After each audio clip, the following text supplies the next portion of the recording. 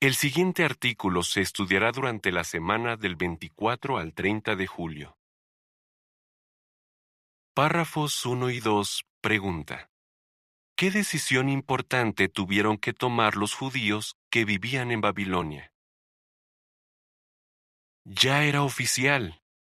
Los judíos que habían estado cautivos durante unos 70 años en Babilonia podían salir y volver a su tierra, Israel. Solo Jehová podía lograr algo así. ¿Por qué? Porque los babilonios no solían liberar a sus cautivos. Pero Babilonia fue derrotada, y el nuevo gobierno anunció que los judíos podían dejar el país. Así que todos los judíos, en especial los cabezas de familia, tenían que tomar una decisión: salir de Babilonia o quedarse allí. Párrafo 3. Pregunta. ¿Qué bendición les esperaba a los judíos que volvieran a Israel? Para los judíos fieles, los beneficios de volver a Israel superaban por mucho cualquier sacrificio que tuvieran que hacer. La mayor bendición estaba relacionada con su adoración. Por eso los miles de judíos que temían a Dios ansiaban volver a su tierra y restaurar la adoración pura. Párrafo 4. Pregunta. ¿Qué les prometió Jehová a los judíos? El viaje de Babilonia a Israel duraría unos 4 meses y no sería nada fácil. Pero Jehová prometió que se encargaría de que el camino quedara libre de obstáculos. Párrafo 5. Pregunta. ¿Cómo se llamaba el camino simbólico entre Babilonia e Israel? Muchos caminos tienen nombre, otros solo un número. ¿Y el camino simbólico del que habló Isaías? Pues también tiene nombre. La Biblia dice: habrá una senda allí, sí, un camino llamado Camino de la Santidad. Párrafo 6. Pregunta. ¿Por qué se dijo que este camino era santo?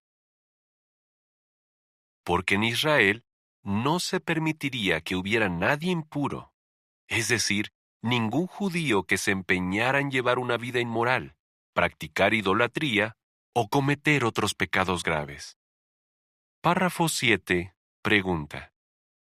¿Qué cambios tenían que hacer algunos judíos? Dé un ejemplo. Como se mencionó antes, la mayoría de los judíos habían nacido en Babilonia y al parecer muchos se habían dejado influir por la manera de pensar y los valores morales de los babilonios. Décadas después de que el primer grupo de judíos volviera a Israel, Esdras se enteró de que algunos de ellos se habían casado con mujeres de otras naciones. Tiempo después, el gobernador Nehemías se sorprendió muchísimo al ver que los hijos de esos judíos no sabían hablar hebreo. Así que esos judíos tenían que hacer grandes cambios, pero les sería mucho más fácil hacerlos al vivir en Israel, donde se estaba restaurando poco a poco la adoración pura. Párrafo 8. Pregunta. ¿Qué relación tiene con nosotros el camino de la santidad? Puede que algunos piensen: eso que les pasó a los judíos es muy interesante, pero ¿tiene alguna relación con nosotros hoy en día? Claro que sí. Nosotros también estamos, en cierto sentido, andando por el camino de la santidad. Este camino nos permite ahora adorar a Jehová en el paraíso espiritual. Además, en el futuro nos permitirá disfrutar de las bendiciones del reino. Por eso, tanto los ungidos como las otras ovejas debemos permanecer en él. Párrafo 9. Pregunta. Según Isaías 57:14, ¿cómo se preparó el camino de la santidad? Cientos de años antes de 1919, Jehová empezó a utilizar a hombres devotos para despejar el camino. Por decirlo así, ellos hicieron obras o trabajos espirituales en el camino para que más tarde personas de buen corazón pudieran salir de Babilonia la Grande y entrar en el paraíso espiritual, donde la adoración pura se había restaurado. Párrafos 10 y 11. Pregunta. ¿Qué se logró con la impresión y la traducción de la Biblia? Hasta mediados del siglo XV, la Biblia se copiaba a mano. Este trabajo llevaba mucho tiempo, y por eso había pocas copias de la Biblia y eran muy caras. Pero cuando se inventó la imprenta de tipos móviles, la Biblia se pudo producir y distribuir más fácilmente. Por siglos la Biblia estuvo disponible principalmente en latín, un idioma que solo entendían las personas que habían estudiado más. Pero gracias a los avances en la impresión, hombres que temían a Dios se esforzaron por traducir la Biblia a los idiomas que hablaba la gente común. Párrafos 12 y 13. Dé un ejemplo que muestre cómo se pusieron al descubierto algunas ideas religiosas falsas en el siglo XIX. Hubo personas que estudiaron con cuidado la Biblia y aprendieron mucho al leerla. No se quedaban para ellos lo que aprendían, y eso enfureció a muchos ministros religiosos. Por ejemplo, en el siglo XIX, varios hombres de buen corazón empezaron a publicar tratados y folletos que ponían al descubierto las ideas falsas que enseñaban las iglesias. Párrafo 14. Pregunta. ¿Cómo aprovecharon el hermano Russell y sus compañeros el trabajo que habían hecho otros? Para ese entonces ya había disponibles diccionarios, concordancias bíblicas y diferentes traducciones de la Biblia. Así que ellos podían consultar todas estas obras cuando estudiaban. También se beneficiaron de la investigación que habían hecho Henry Grew, George Storrs y otros. Por su parte, Russell y sus compañeros hicieron una gran labor en el camino de la santidad, pues publicaron muchos libros y tratados sobre temas bíblicos. Párrafo 15. Pregunta. ¿Qué cosas importantes pasaron en 1919?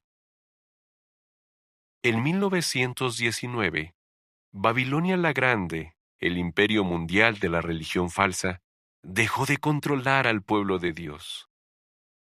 Ese año apareció en escena el esclavo fiel y prudente, justo a tiempo para que las personas de buen corazón pudieran empezar a andar por el camino de la santidad. Párrafo 16. Pregunta. ¿Qué trabajos de mantenimiento se han hecho en el camino de la santidad desde 1919?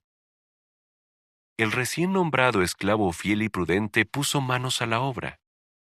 En 1921 publicó El Arpa de Dios, un libro pensado para ayudar a la gente a conocer las verdades bíblicas. Se distribuyeron casi 6 millones de ejemplares en 36 idiomas, y muchos aprendieron la verdad gracias a esta publicación. Y hace poco salió el manual de estudio Disfrute de la Vida, que está siendo muy útil para dar cursos bíblicos. Párrafos 17 y 18. Pregunta. ¿A dónde lleva el camino de la santidad? Por así decirlo, cuando alguien acepta estudiar la Biblia, se le abre la oportunidad de andar por el camino de la santidad.